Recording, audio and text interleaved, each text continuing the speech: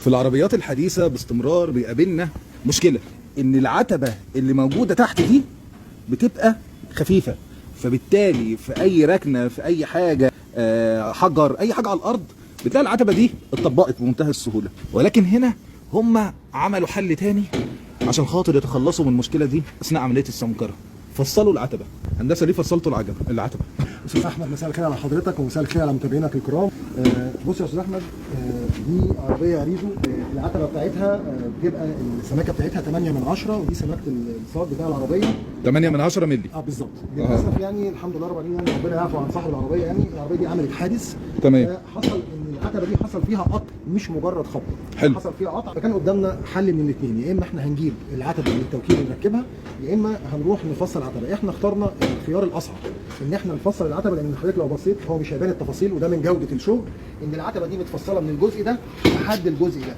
حلو قوي. العتبه دي مش متغيره كده. ليه احنا فصلنا العتبه؟ احنا استخدمنا صاج 1 مللي، وده بتبقى الصلابه بتاعته اقوى بكتير من العتبه الاصليه، فبالتالي هتكون بعد كده في الاحتكاك اثناء السير هتكون قوه التصادم مع الصاج هتكون اقوى، هتبقى افضل يعني. بالظبط.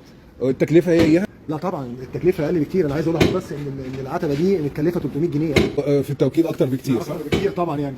تمام. لا بصراحه اللي بيشتغلوا في العربيه ديت وعملوا المنظر الجميل قوي دوت ابطال بجد يعني. انت بتعمل ايه؟ احنا بنسحب الكبوت. ليه؟ يعني ليه ما في اجزاء واطيه في الكبوت بنشدها بالمكنه.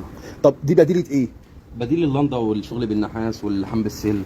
تمام. يعني ديت بديله الشغل بالنحاس والسلك.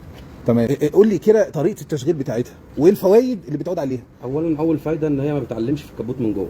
ما بتعلمش. تاني حاجه الكبوت ما بيفكش من السيليكون بتاعه، بيفضل بعزمه زي ما طالع من المصنع بالظبط.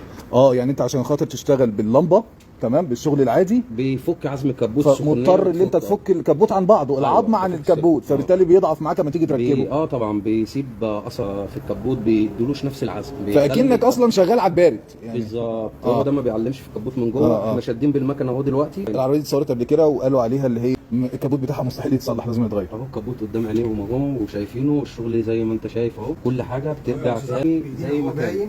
الله يبارك لك. الله يبارك. ما فيش اي حاجه. الحاجه الاحلى ان انت لما تفتح الكبوت ما بتلاقيش اي اثار من الشغل اللي احنا عملناه. تمام. اشكر حضرتك اشكرك يا باشمهندس خالد. شكرا يا هندسه. شكرا ليك. شكرا ليك. مع السلامه.